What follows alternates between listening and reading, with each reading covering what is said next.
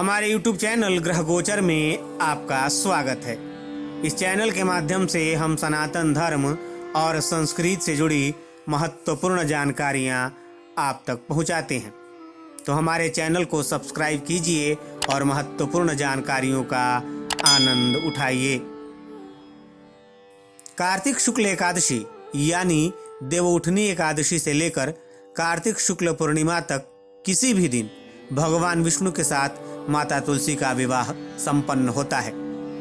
ऐसे में ये प्रश्न उठता है कि माता तुलसी कौन है और क्यों उनका विवाह भगवान के साथ होता है। तो चलिए हम आपको बताते हैं वो रोचक कथा। श्रीमद् देवी भागवत पुराण के अनुसार भगवान शिव के क्रोध से एक महातेजस्वी बालक ने जन्म लिया। यह बालक आगे चलकर जलंधर के नाम से पराक्रमी दैत्य राजा बना। इसकी राजधानी का नाम जालंधर नगरी था। दैत्यराज कालनेम की कन्या वृंदा का विवाह जलंधर से हुआ। अपनी सत्ता के मद में चूर जलंधर ने माता लक्ष्मी को पाने की कामना से युद्ध किया, लेकिन समुद्र से ही उत्पन्न होने के कारण माता लक्ष्मी ने उसे अपने भाई के रूप में स्वीकार किया। वहां से पराजित होकर वह देवी पार्वती को पाने की लालसा में कैलाश पर्वत पर गया। भगवान देवाधिदेव शिव का ही रूप धारण कर माता पार्वती के साथ गया, लेकिन मां ने अपने योग बल से उसे तुरंत पहचान लिया तथा वहां से अंतर्धान हो गई। जलंधर का अत्याचार बढ़ता ही जा रहा था। देवताओं ने कई बार उसका वध करने का प्रयास किया, लेकिन जलंधर की पत्नी वृंदा अत्यंत पतिव्रता स्त्री थी। उसी के पतिव्रत धर्म की शक्ति से जलंधर न तो मारा जाता था और न ही पराजित होता था। ऐसे में जलंधर का नाश करने के लिए वृंदा का पतिव्रत धर्म भंग करना बहुत जरूरी था। वृंदा का पतिव्रत धर्म भंग करने के लिए देवताओं ने भगवान विष्णु से सहायता मांगी। इसके बाद भगवान विष्णु ऋषि का वेश धारण कर वन में जा पहुंचे, जहां वृंदा अकेली भ्रमण कर रही थी।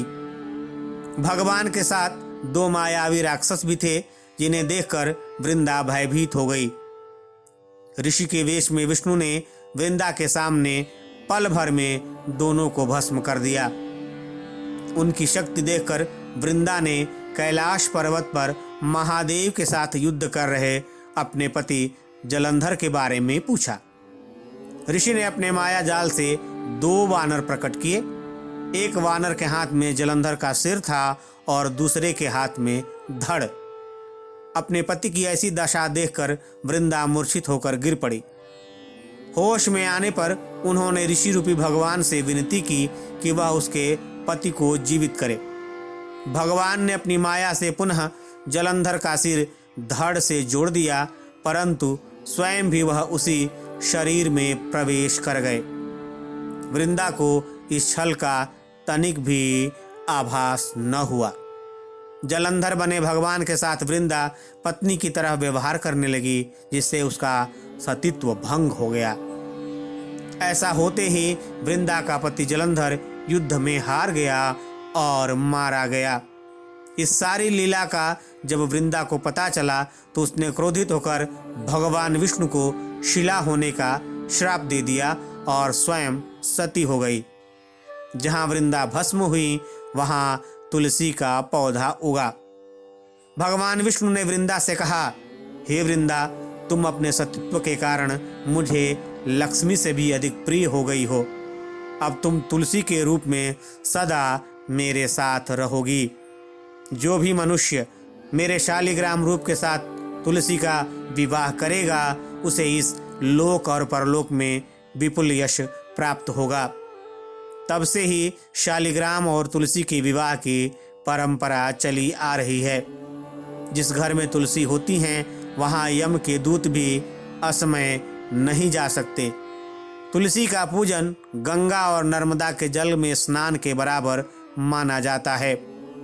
चाहे मनुष्य कितना भी पापी क्यों न हो, मृत्यु के समय जिसके प्राण मंजरी रहित तुलसी और गंगा जल मुख में रखकर निकल जाते हैं, वह पापों से मुक्त होकर वैकुंठ धाम को प्राप्त होता है। जो मनुष्य तुलसी और आंवले की छाया में अपने पितरों का श्राद्ध करता है, उसके पितर मोक्ष को प्राप्त हो जाते हैं। ओम तुलस्यै नमः।